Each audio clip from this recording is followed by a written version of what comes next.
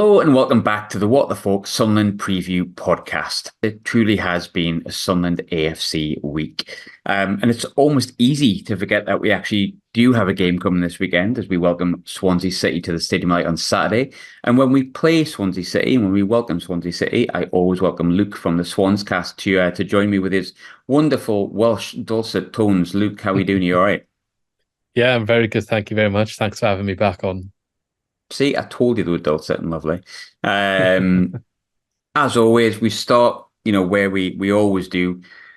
Most recent game, though, was a 3-1 defeat to Leicester City. Now, I feel like when teams play Leicester City as the most recent game, it's completely pointless asking. However, I dug into it a little bit because it looks like a routine defeat to the best side in the league that has an abundance of riches, and it's just pointless them being in this league. But here we are.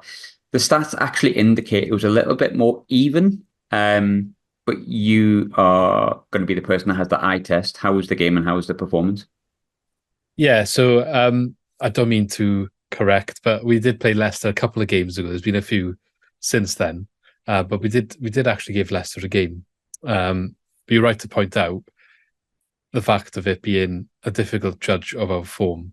So if you look at our form on the whole, the last 5 games, Leeds has 5 defeats and 1 win. If you want to extend back further, there's also an FA Cup defeat against Bournemouth where we got smashed, I'll be honest, and a defeat to Southampton. So we've played Southampton, Leicester, Leeds, Hull and Ipswich in the Oh last yeah, I 7 got that the games. wrong way around. Your last game was Yeah, actually yeah, Ipswich. yeah. Jesus Christ, G. Come on. They've all been quite similar themes though, excluding the Leeds game. The Leeds game was quite bad and we were very much second best in that game. But Leicester, we could see the stupid early goal where they kind of broke our high line and offside trap and got an early goal in. But after that, we grew into the game. And ultimately, in the second half, looked like, actually, do you know what, we could perhaps get back into this. But they got a penalty that turned the game and they got a second goal and third straight after. And maybe the 3 line, I think 2-1 would have been maybe more of a fair reflection, or we could have perhaps got a draw. But it's away at Leicester and it is what it is. But yeah, the more recent game, which was Ipswich then.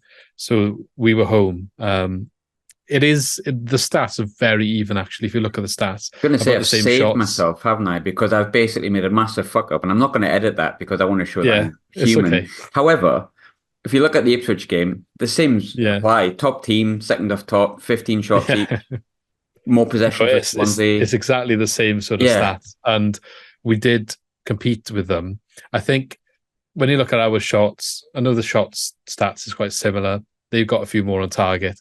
Ours was a little bit more of huffing and puffing with no reward, which is fine. We got a new manager. We're looking at a new style and way of playing. The concern is the defence. So we conceded 2 goals, and ultimately the first one, especially for me, is a little bit. You could say there's some fortune for Ipswich, the way that the ball broke and allowed their player to run through. But when you've seen that sort of goal happen 3 times in the last couple of games, it might be a tough run of fixtures, but you've seen the same results. And we're playing a high defensive line. So essentially what's happening is one of the centre-backs is pushing up to mark someone tight near the halfway line, there or thereabouts. However he does it, the attacking player is flicking the ball on or reverse pass or round a corner or something to one of his players, who then has an acre of space where that centre-back has vacated the back line, if that makes sense. So when you've got a Ben Cabango and a Nathan Wood for Swansea as the back 2, they're not the quickest.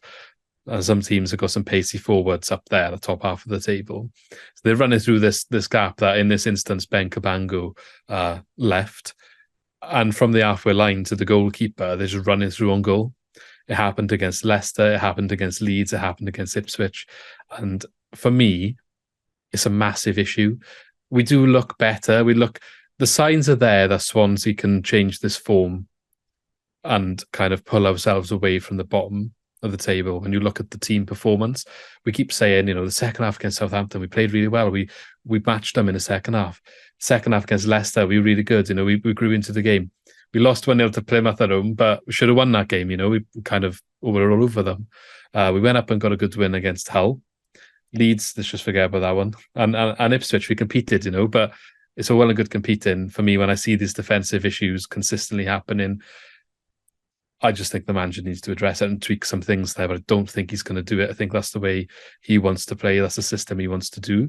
And if he can get it working, that's fine. But week after week, it's frustrating me that the defence has to be the priority. And when you're 4 points above the relegation zone, you start worrying when they're not really focusing on that area, So, but yeah, being a tough run of fixtures. Going to say, because you're looking at the games, and I may have gotten them the wrong way around, but it's 1 win in 5 is what it is. For clarity, it's you lose 3-1 to Leicester away, okay. You lose at home to Plymouth 1-0, okay.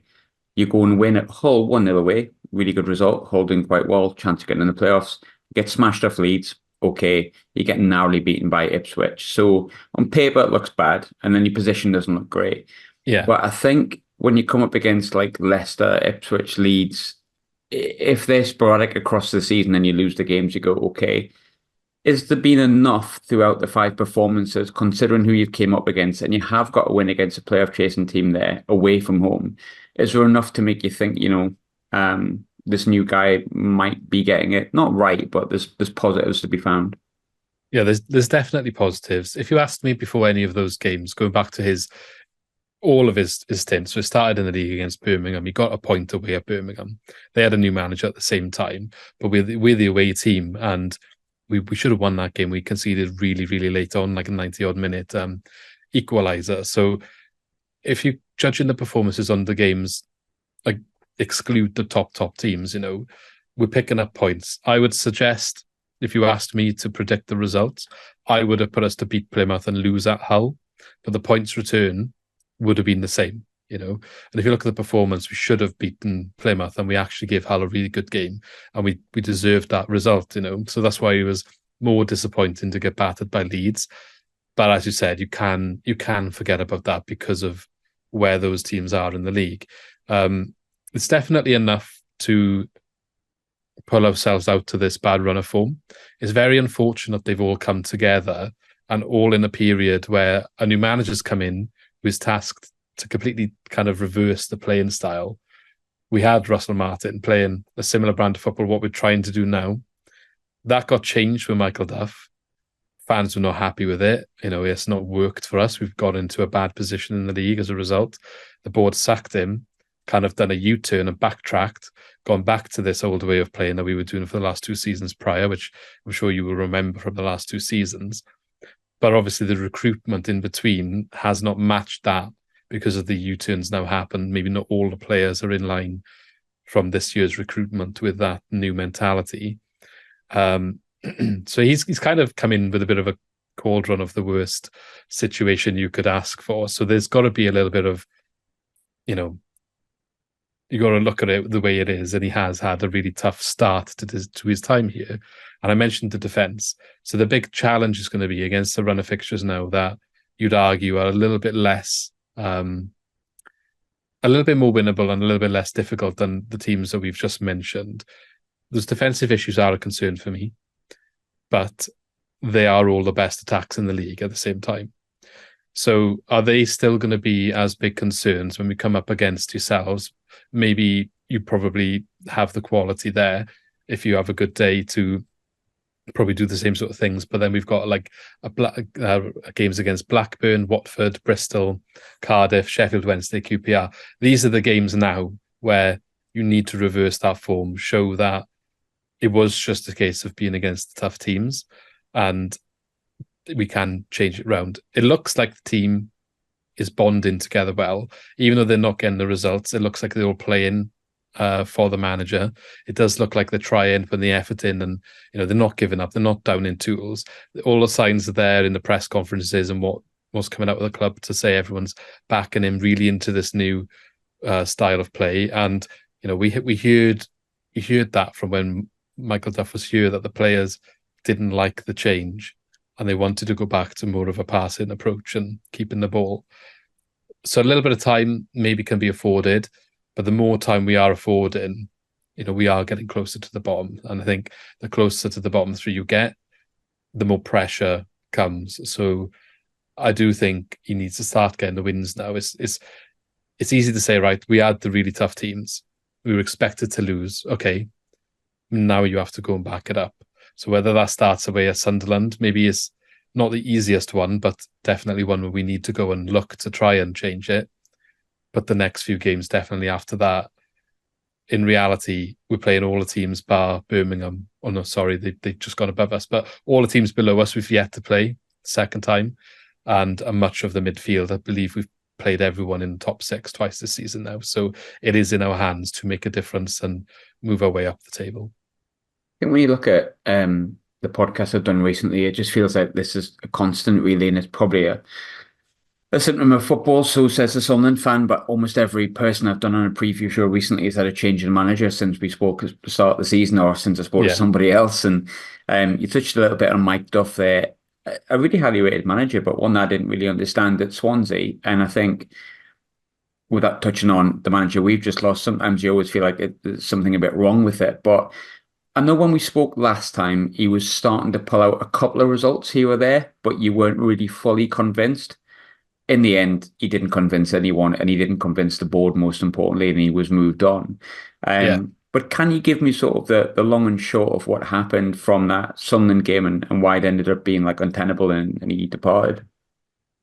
Well, the long and short of it, the only game I believe that he won after that Sunderland game, actually, he didn't win a game after the Sunderland game. So sorry, I was just looking at the results in front of me now. The next win afterwards was in the interim period. We beat Rotherham away, and I want to say that was Sheehan's first game in charge as caretaker boss. So he got sacked after a 1-1 draw to Huddersfield, who at the time we were kind of saying, right, that's a must-win game, you know. So we'd gone 4 matches without a win before playing Huddersfield. At the time, Huddersfield were in the bottom 3. And you're at home. And our home form this season has been tragic, to say the least. So you've got to be winning those games, you know. And I just think it got untenable for him to remain in his position as manager. There's before that, this season, that kind of got into that situation. You are right in saying there was a run of fixtures that maybe bought him some time before we played yourselves the first time. There was 4 straight wins. And then we lost 2 before getting a win against Blackburn, and then drawn against yourselves. So they started kind of going downhill again. But there was all rumours coming out of the club of players were not happy with how he wanted to play. They were responsible for changing the formation to a more of a 4-2-3-1 at the time than the wing-back system, which wasn't working earlier in the season. They wanted to keep the ball a bit more and not be so over the top and route one or whatever he was trying to do. We don't know the facts and the details about what was going on behind the scenes, but there was these murmurings that a group of lead-in players went to his office and were like, look, we're not happy with the way that we are approaching the season, basically. Another part of it was the fact that, by all accounts, he didn't move to Swansea. That was a big deal in a lot of fans' eyes because he was travelling from the Midlands somewhere, wherever he was based. And I think certain away games, he wouldn't even travel back on the team bus back to Swansea, and that sort of stuff coming out on Twitter, and everyone's got an opinion then, haven't they, on that sort of thing. And you just can't, when the results are not coming in, those sort of rumours excel, the opinions around it excel, and they become reasons for why the form is the way it is. You know, how can the team be behind the manager when he's not even there on the bus on the way home? How can he understand Swansea when he's not even living here? No wonder we played so poor against Cardiff. He doesn't understand how important it is because he doesn't live in the city. All of this was just constant every single day. And I just think whether he could have turned it around, I don't think he's a bad manager, you know, and I think he'll go to another team in the Championship where he'll be able to get it right and have a good time.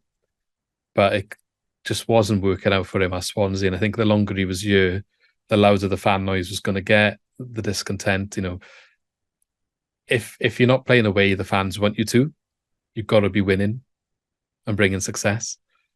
And if you're not doing that, and then you're also playing a way that nobody wants, I think it's going to be very difficult for you to kind of have a prolonged stay. Do you feel, because we're coming off the back of an appointment that felt from day dot, it's never going to work. We were right. Did Mike Duff feel like that as well? Because I agree, I think he's not a bad manager, but like he never fitted Swansea. Like Swansea have an identity as a club. Like it's not the manager's identity. Like Russell Martin made total sense. Like Brendan Rodgers made total sense. Mike Duff was like, what? So it did feel like that when he was announced. And then I actually did a video with a Barnsley fan to get a bit of a insight in how he approaches things and how he plays. Obviously, he did really well at Barnsley last season when he was there. They got to the playoff final. And from what he was saying, there was an opportunity for him to come and kind of like not change the way that Russell Martin played completely, but kind of like put his own spin on it. There might be some difference. It probably wouldn't have been as high possession. From what we thought after speaking to him, and I don't think he was necessarily wrong in what he was saying. It obviously just didn't work out when it came to the nitty gritty of it. But it sounded like we were going to get a manager who would have respected the play style of passing football, but was going to bring a more aggressive, direct approach with it to couple it. So whereas Martin, you would say, is very patient, passing it around the back and then back around the other side and then back around the other side until a gap appears, tire the other team out, get 78% possession. Maybe we would perhaps go down a bit in the 50s, 60s. But when we got an opportunity to run forward directly, that would be taken and we would be from back to front very quick. But also deploying a very high and aggressive pressing system that would also allow us to kind of play this, keep the ball, but further up the pitch. That's kind of what we were expecting to see. We saw that high press play out once or twice really well in a win against Norwich at home. It worked probably the best that I saw it under him. And when we won that game, it kind of felt like, oh, do you know what? Actually, maybe he can get us working and playing nice football and good football. Because after that match, I did feel positive about what he could do, but it just was never consistent, and he wasn't there after week in, week out. So there was a little bit of like concern when he was appointed. For us on the podcast, they were a bit eased when we spoke to the Barnsley fan. But I think you are right that he would have been changing maybe his approach to suit us rather than suiting us coming in. And he perhaps just couldn't do that. And then when he came in when he was talking in the press conferences before the season started, he was kind of downplaying Russell Martin and he was saying things. Russell Martin was very popular, I think Russell Martin is a very clever manager in that not just what he does as a manager, but the way that he speaks in press conferences, the way that he builds a connection with the fan base. He says everything as a fan you want to hear, even when it's not going well. And we had a long period last season where it wasn't going well under him, but he still spoke in such a way that you could still back him for a longer time than you would back any other manager that's going through the same poor form. He was probably quite close to getting sacked by us, but it seems like he was able to prolong his time in that bad run just because of how he is and the relationship he could build with the fans, but how clever he is in the media. And Duff was a complete opposite, and naive is the best word for it. But he would say things like, I'm going to bring more goals and more direct, like we're going to have purpose, as opposed to maybe what was here before. Like, I'm paraphrasing, but kind of downplaying the fact that we just passed, saying we passed for the sake of it before, but now we're going to pass with purpose, kind of what he was saying. And it's big words to kind of say when the other guy was very popular, playing a very attractive and popular brand of football. And then the other big thing that he said was ahead of the Cardiff match, which if anyone doesn't know, is the equivalent to Sunderland Newcastle for us. And he said in the press conference, because we obviously didn't get a good start of the season, we didn't win for a while, and I don't think we won until after the Cardiff game actually. And he said, I would rather lose to Cardiff twice and get promoted than beat Cardiff twice and not get promoted. And that did not go down well in the slightest, as you could probably imagine. So they're the two big examples of what he said in the press conference, but it does line up with everything you just kind of said as concerns. And as an onlooker looking in, it's interesting to see that you could see that maybe he wasn't the right appointment and didn't match the style. And I think you said it in the reverse of this video we just did on my channel, that you kind of just back the manager when he's brought in and you get behind what he's trying to bring in. And as much as we might have thought when his name was, because I don't think he was one of the favourites when he was linked in the summer. No. We did actually get linked with Luke Williams back then. And there was a couple of other names floated around. Chris Davis from Tottenham, he's a coach at Tottenham now. He wasn't at the time. He was free in the summer. We wanted him and we didn't get him. Probably should have, because that's when we could have, because now we tried to get him in January. He didn't come for whatever reason. So we missed the boat on that one, if you like. But then Michael Duff kind of just came in. Now, there's another connection that now in hindsight, all the fans are linking it to this one person at the club's decision-making and not happy with him, and that's Paul Watson, our director of football, who was at Luton previously. And they see this whole Michael Duff saga as his way of trying to replicate Luton's recent success, in that he wasn't so interested in Swansea's history and style of play and all of that stuff, but he's using a data approach to bring success. Obviously, so Michael Duff is somebody that was going to be efficient in getting results, and then backed him in a transfer market with 13 players to match this approach. And then we find ourselves in January where a lot of them have already gone off on loans or were linked with moves away or not getting in the team or not performing.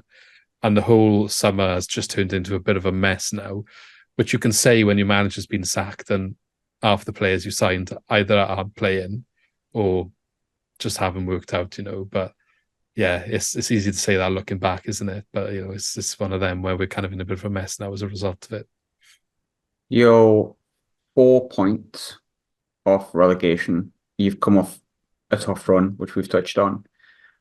But that doesn't matter when you're 4 points of relegation. You start to worry. And I think the big thing with this season is for a long time it looked like the bottom three were going to just perish because they were, for want of a better word, crap for the best part of a third of the season. And now we've suddenly shown levels of improvement.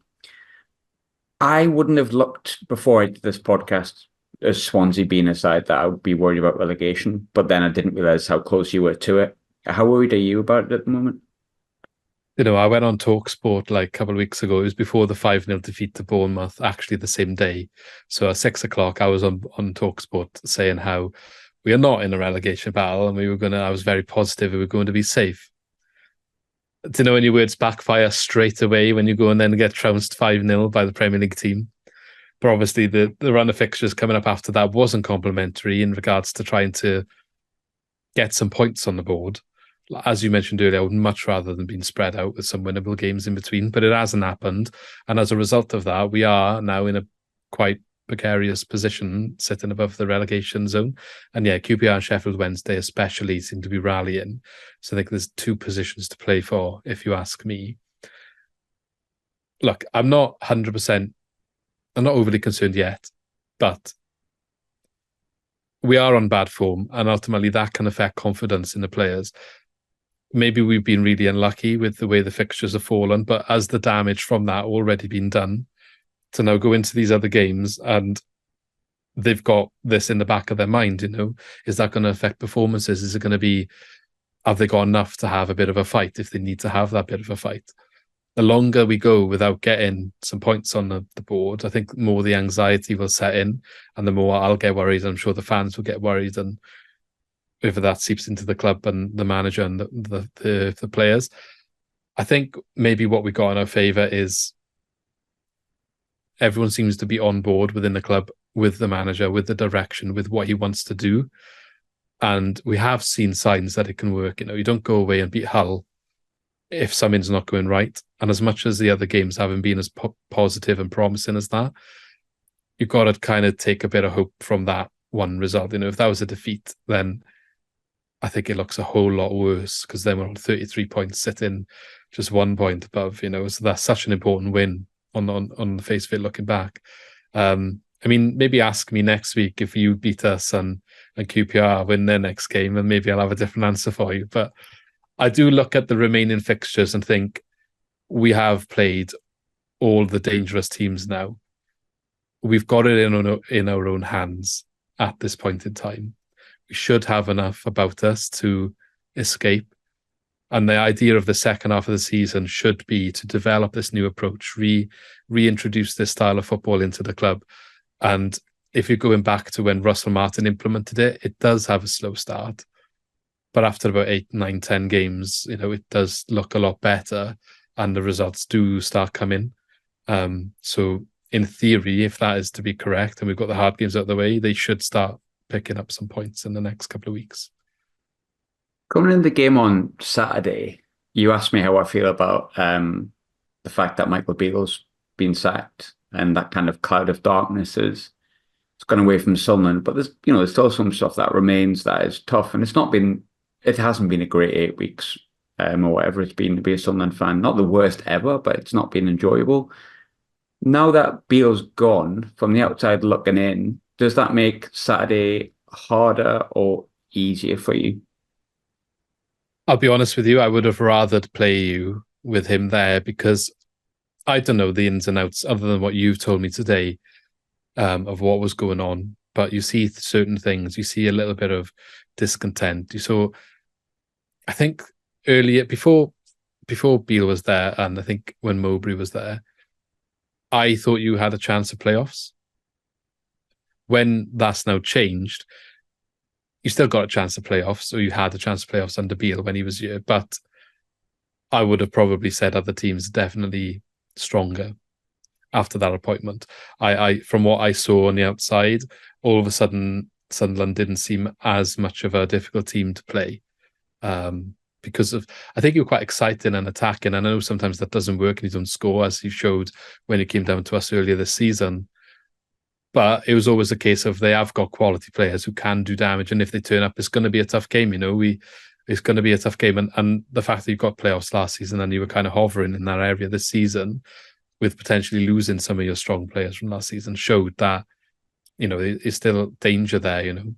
But under Beale and the results, they have fallen off a little bit. I know there's a period in the middle that they kind of picked up, but you do look at that and say like, oh, do you know what, Sunderland, if you showed that all season, you're kind of in the midfield with the rest of us, is what I would say. I think the midfield in the Championship this year, as much as like we're at the bottom end of it, I don't think there's too much to choose between. Maybe even from Hull down, I'll be honest with you. Like Hull are in 5th at the moment, but we went and got a win now. We beat West Brom as well in our last game against them. So I feel like from Hull down, anyone could beat anyone. We're all quite similar levels. Maybe injuries and who's available on the given match day can kind of put the tips in your favour, if you like. And I think it's quite a competitive league when you take the top 4 out. Basically, is what I'm saying. They're kind of on their own, and then there's everyone else. And yeah, you either fall at the top or bottom end of it. But yeah, that's what I think Sunderland are now. And knowing there was a little bit of discontent and seeing certain things on social media or online, coming out of this really torrid run of fixtures we have had, I wasn't too concerned to go away to Sunderland and try and get something to get us, even if it was a draw, to try and like, right, now we've got a platform to move forward with these more winnable games. Now you've sacked him, a bit worried about a new manager bounce, or like if it was all this more negative style of play and whatever under him, are the shackles going to just be off now this weekend and we're really going to struggle? Because I mentioned our defence earlier on, and you've got some players that can really exploit that if they're allowed to do that, if the style of play accommodates, say, with a bit of pace and playing through the line. We're going to have a high line, and going away from home at a stadium such as yourselves, I think it's quite a dangerous game to play. If you get it right, it can work and we can really suffocate the opposition and then keep the ball. But if we get it wrong and you play a couple of nifty balls round the corner, and I haven't seen so many opportunities of goals scored that I have in the last 8 weeks where there's a player running through from the halfway line on our goal. You don't see that very often at this level, and you shouldn't. But I've seen it a few too many times. And it's fine to say if it is, like I said earlier, against the top opposition of the league. So if we continue to see that, it's going to be a problem. But I feel like you've got the personnel to exploit those areas of weakness that we have shown with our high defensive line. That's not quite working out for us yet. I normally have 2 questions to end the podcast. I'm just going to go with one because over the past, 4 months, saying who you're most worried about gets the same answer. It's Jack Clark. Yeah. I know the answer. So I'll just end on the usual prediction time. I think maybe it's just the euphoria of the manager moving and kind of the cloud of darkness lifting a little bit, but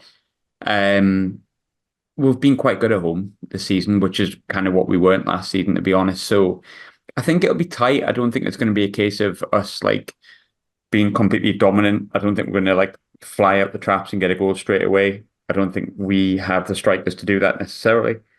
But I do fancy us to win. I think we struggle to keep a clean sheet. You're not exactly the worst scorers in the league. So I'll take 2-1 Sunderland, and I feel like I'm saying that with a bit of confidence. In the past few weeks, I've said we're going to get beat with a lot of confidence. So I'll take 2-1, but I wouldn't be surprised if it's a draw. No, I think you'd be sensible to expect a win from this game. I think anyone, if we're going away, above us in the league, really needs to look at this as a game to win. Like if you're looking at getting back in the playoff hunt, then you've got to look at us coming up and say we have to win this game. And it's the flip for us, isn't it? We got to look at it as we need to go and get something now. We've played the tough teams and we need to pull away from the bottom. We need to try and make sure there's more teams in between us and then bottom three. So it looks like we are not the ones that are most in trouble. And that needs to start now. We went away to Hull and we got to win there. So why can't we do it again? Hull are currently in the playoffs and Sunderland are not, So in theory, there's no excuse for us to not turn up and perform. So I'm going to say, I do think it has been getting better, the performances, if you take the Leeds game out of it. The Ipswich game, as much as we conceded, especially the first goal, we do need to stop conceding poor goals. As much as there might be elements of luck there, it's too often the same sort of things happening. That needs to get sorted. I don't think we'll have a clean sheet because of that reason. But I do think we're going to start scoring a few more. We've created quite a few opportunities. We've got quite an exciting winger in Ronald, especially, who's come in. And he has been a breath of fresh air.